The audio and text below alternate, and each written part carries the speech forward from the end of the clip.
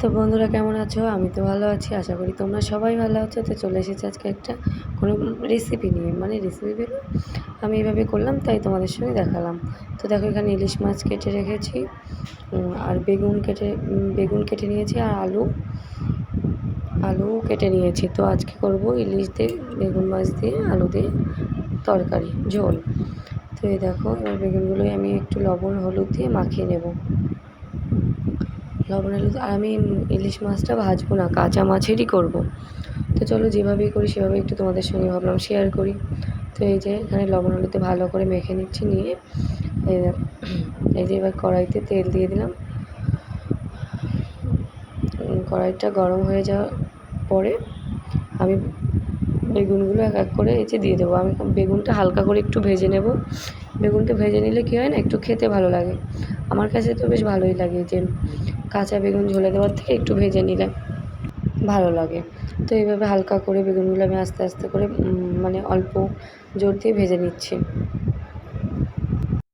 তো দেখো এখানে বেগুনটা ভাজা হয়ে গেছে, আর বেশি ভাজবো না, এবার দেন লাবিয়ে নেব। লাবিয়ে নেওয়ার পরে আলুটা ভালো করে ভেজে নেব। তার আগে না ফোড়ন দিয়ে দেব, কালো জিরে আর কাঁচা লঙ্কা আমি ফোড়ন দিয়ে দিলাম এখানে। দিয়ে আলুগুলো এবার নাড়াচাড়া করবো, ভেজে নেব। তো ইলিশ মাছ দিয়ে না যে কোনো তরকারি করলে তার স্বাদটাই বদলে যায়। আর ইলিশ মাছের সঙ্গে বেশি মশলা খাটে না, বেশি মশলা দিলে না মাছের গন্ধটাই ইলিশ মাছের সেন্টটাই চলে যায়। তো এই দেখো এখানে লবণ আর হলুদ দিয়ে নেব। লবণ আর হলুদ দিয়ে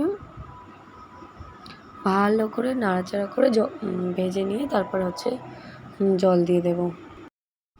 তো দেখো এখানে আমার লবণ হলুদ দিয়ে ভালো করে কষিয়ে নেওয়া হয়ে গেছে। এবার আমি এখানে জল দিয়ে দিলাম। জল দেওয়ার পরে ভালো করে নাড়িয়ে আমি এবার খানিকক্ষণের জন্য ঢেকে দেব।